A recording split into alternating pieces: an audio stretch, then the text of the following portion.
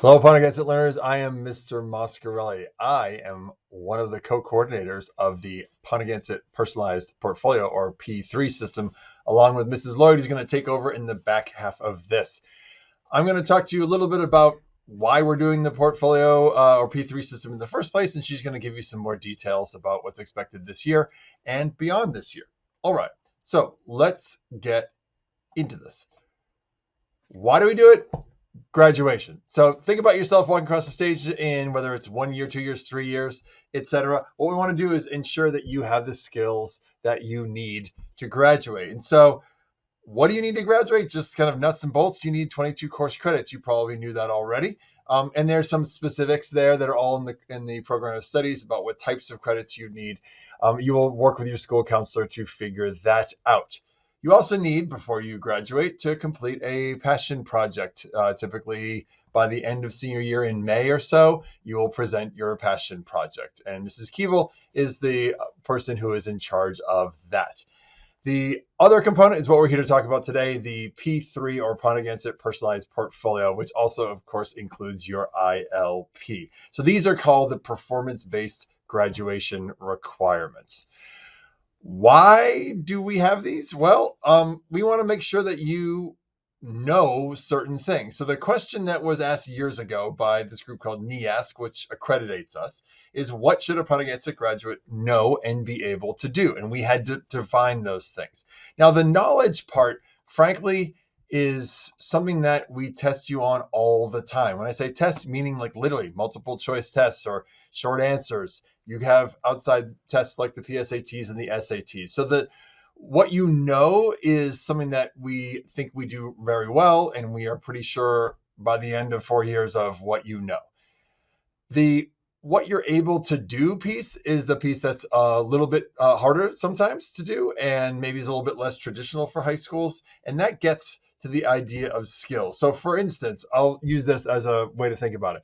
The driver's examination paper tests, right? So you go into the DMV and you take a multiple choice test to show that you know the rules of the road. That's the know part. For instance, this sign indicates the distance from the road surface to a bridge or overpass. So let's say, do you know how to read that sign?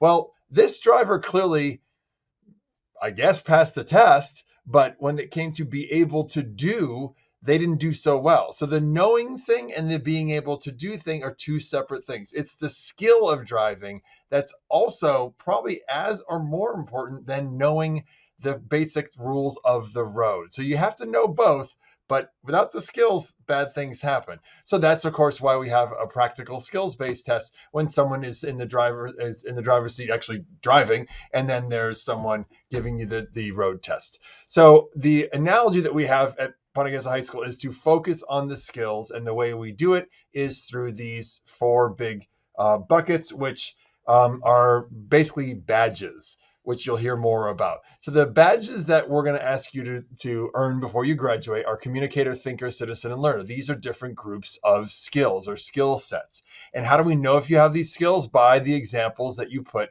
into the P3 system. So let's talk specifically about what has to go into that P3 system. So this system is where you should know how you are meeting the PHS mission. So let's read the mission statement for a second. We want to empower future-ready graduates, so ready for the future. Hopefully along the way you figure out what your passion is and your purpose. So what is it that you're really interested in, and then what is that purpose? How are you going to use that passion and drive towards something like a career or college, etc. And along the way, making sure that you are proficient. And that's where the skills piece comes in. And so the four big badges that we're asking you to earn are what are called competencies. And so the competencies show that you are competent or proficient in these four areas. And then there are subsections of each one, and we call those the transferable skills. So for the most part, we operate in the land of transferable skills. So for instance, we're going to ask you to have a certain number of transferable skills in order to earn the competency badge, which we'll walk you through in a moment. These transferable skills, how are they assessed? They're all assessed using these rubrics. These rubrics are available. They're linked from the portfolio site. They're also linked from Canvas. Your teachers also probably supply you with them as well. And so the language here about proficient, that is the minimum that you need in order to achieve an entry that is what we call acceptable. So you want to be getting 3s and 4s on these rubrics in order to earn these badges, if you will. Okay, so what do you need to do this year? And to explain it in more detail, I'm going to turn this over to Mrs. Lloyd. Have a sparkling day. Hello, juniors. It is Mrs. Lloyd. I'm very excited to be here this morning to talk to you about everything you need to do to be successful with your P3 portfolio. So let's get started.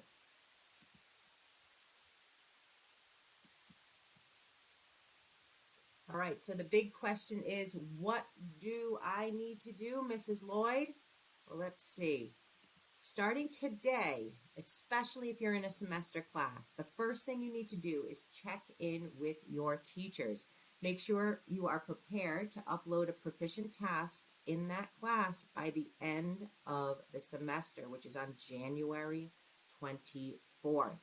So that is your biggest priority. Your end of the year goal is to complete a minimum of 1 proficiency task for each course you are taking. Now, that's not new to you. But some of you may not have met your goals for last year. If you failed to get entries in last year, you may want to consider putting in more than the 1 entry per course. Your teachers will be providing more opportunities than you're required to put in. So look at those options and consider putting them in.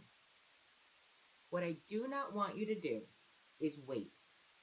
Now you're juniors. You've learned this lesson by now. In the spring, you will need to complete more proficiency tasks and begin your student-led tour. You know that by starting now, you can make sure that you are prepared and that your fall semester teachers have time to score your entries.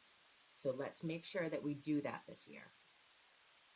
If you have any questions or you are new to the school, click on the info button in the P3 system and you will find all of the videos on how to upload entries and all of these requirements that we're talking about today. Now I know you've had a rough couple of years. It's undeniable. So you might still be asking yourself, why do I need to do these? Why do I have to put in these proficiency tasks? Now it's very simple. These proficiency tasks count towards your graduation competency badges. Now that word is new.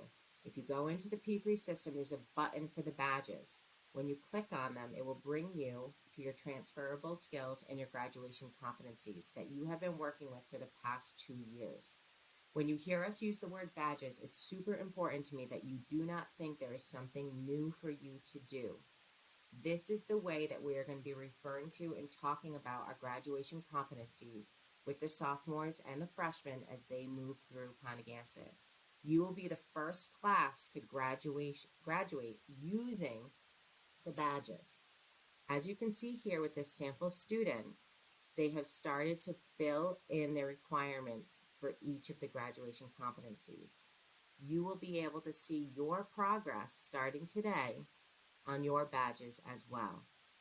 And very soon, if you're in a CTE program, the progress you've been making on your program will be available too. So in order for you to graduate, okay, you need to get a minimum of the following numbers in each of the graduation competency badges. For Thinker, we're asking for 2 proficient entries from your entire time here at Pontiac. For Citizen, we're asking for 1, for Communicator 4, and Learner 4. I want to be very clear that these numbers have been prorated especially for your class because of the circumstances that you have been under for the past couple of years. These are not the same numbers that the sophomores have or the freshmen. Every class has been considered and thought about in depth to make sure that we are being fair and giving you what you need, but also making sure that we are completely equitable. If you have missed this presentation, if you have fallen asleep on me, which I know some of you have, please talk to your teachers about the portfolio opportunities they will be offering you this year. And you can always reach out to Mr. Moscarelli or myself at any time. Just send us a quick email and we will make sure to help you in any way we can. I hope you have a fantastic day.